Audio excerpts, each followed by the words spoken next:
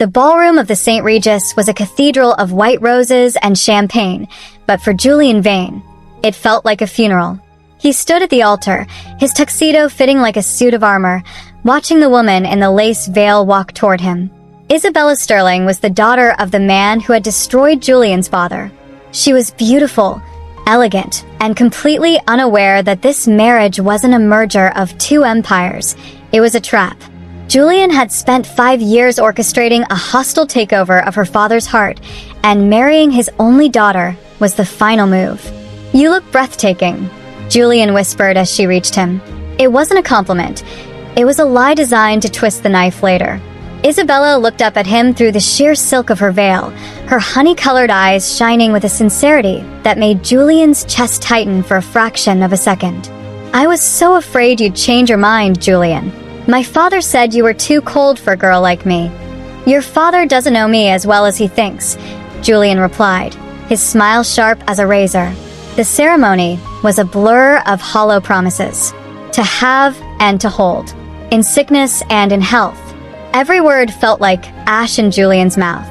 By the time they reached the penthouse suite of the Vane estate, the moon was high, and the silence between them was heavy with the weight of the rings on their fingers. Julian stood by the floor-to-ceiling window, looking out at the city he now effectively owned. He heard the soft rustle of silk behind him.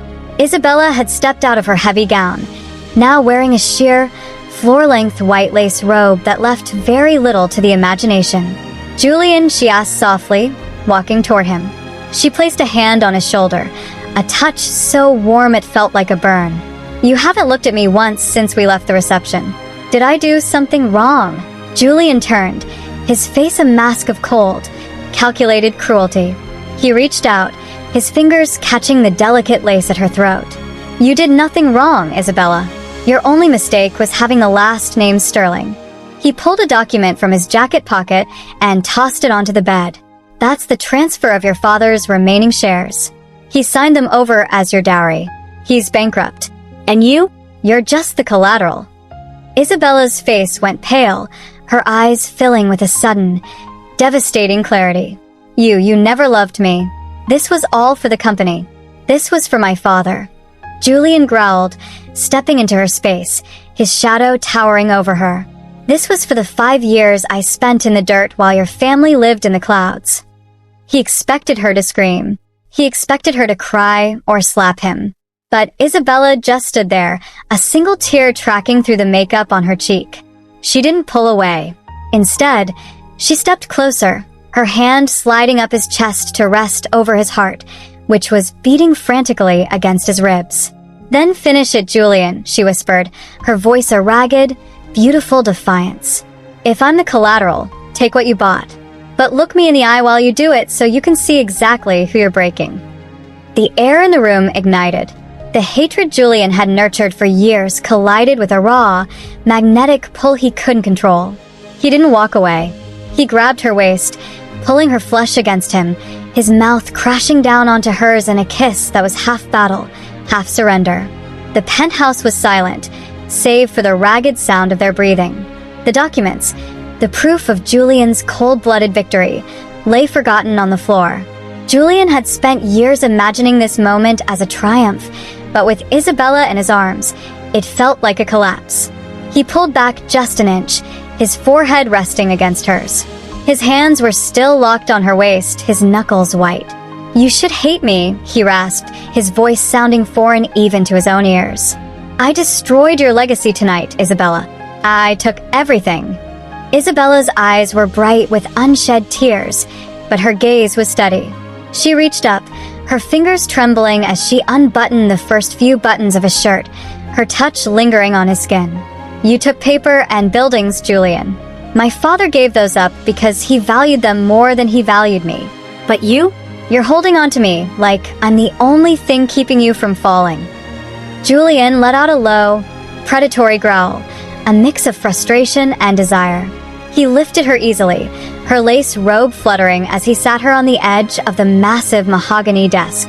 He stepped between her knees, caging her in. "Don't try to psychoanalyze me. This isn't a fairy tale. You're a prisoner in a gold-plated cage." "Then why are your hands shaking?" she whispered, leaning forward until her lips brushed his ear. The wall Julian had built around his heart didn't just crack, it shattered. He didn't want the company anymore. He didn't want the Sterling name in the dirt. He wanted her.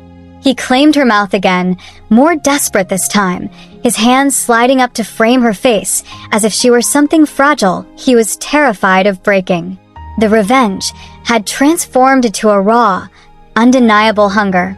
Every touch was an admission of a truth he had tried to bury. He hadn't just studied her to destroy her. He had studied her until he knew the exact curve of her smile and the way she smelled of vanilla and rain. As the moonlight shifted across the room, Julian swept the remaining files off the desk with one hand, pulling Isabella closer. The cold, calculating CEO was gone, replaced by a man who was realizing that the woman he meant to ruin was the only one who could actually save him. Isabella, he groaned against her neck, his voice thick with a sudden, terrifying vulnerability. I didn't mean for this to happen. I know, she murmured, her arms winding around his neck, pulling him down into the heat. But you're here now. Stop fighting the war, Julian. Just be here with me. But as the night reached its fever pitch, Julian's phone on the bedside table began to vibrate incessantly. It was a text from his private investigator. Boss, check the files again. Sterling didn't bankrupt the company. He was framed. And the man who did it is sitting in your inner circle. The blue light of the phone screen felt like a physical blow to Julian's chest. He stared at the text, his pulse thundering in his ears. The man who had fueled his hatred for a decade, the man he had just tried to destroy, was innocent. Julian looked down at Isabella. She was still draped in the silk and lace of their wedding night, her eyes soft and searching, unaware that the foundation of his entire life had just turned to sand. Julian, what is it? She asked, her voice filled with a tenderness that made his stomach turn with guilt. I have to go, Julian rasped, pulling away from her so abruptly it was as if her touch had turned to ice. He began grabbing his clothes, his movements frantic and uncoordinated. Go.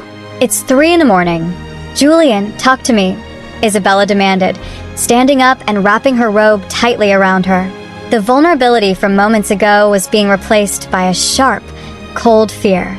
Did you get what you wanted? Are you done with me now? Julian stopped, his back to her. He couldn't look at her.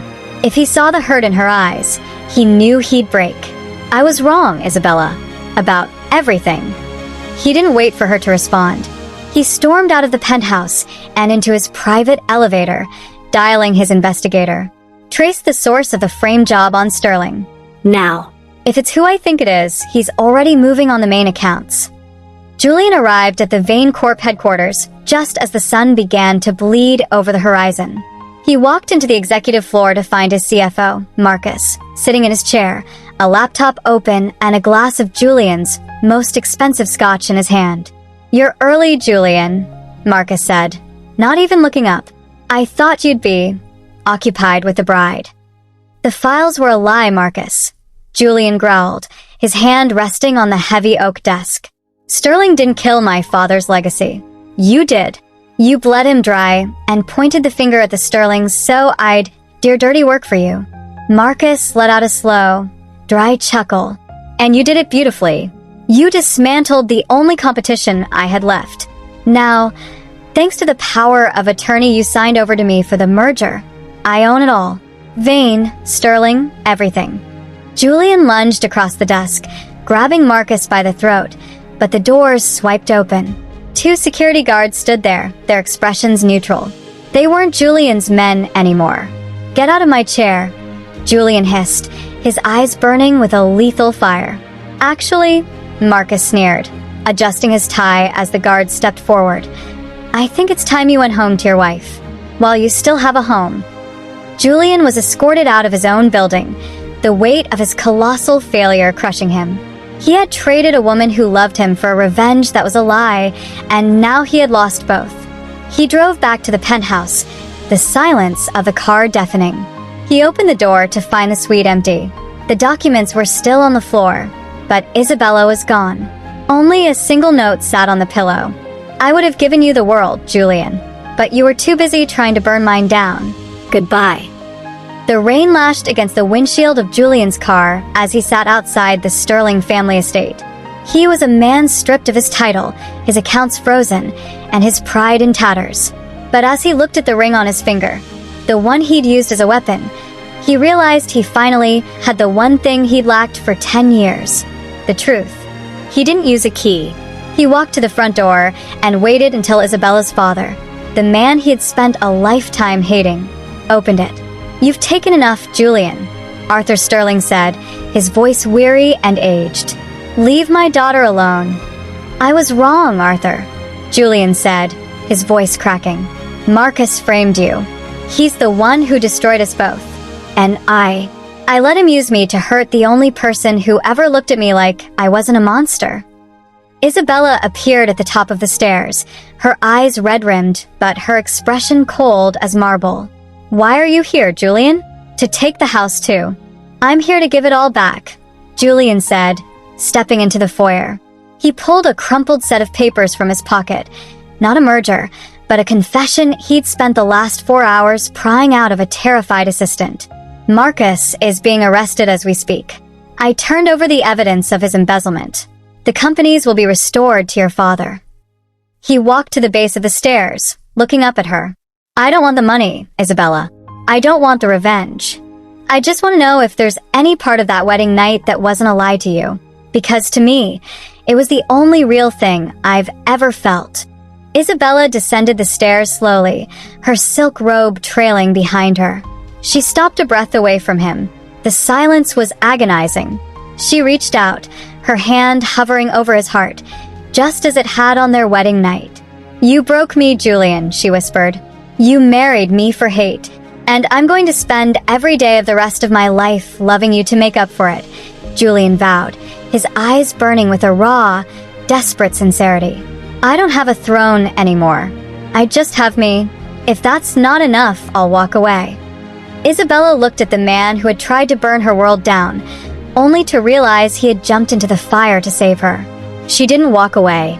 She surged forward, her mouth meeting his in a kiss that tasted of forgiveness and a brand new beginning. The revenge was dead. In its place was something much more powerful, a love that had been forged in the dark and was finally ready for the light.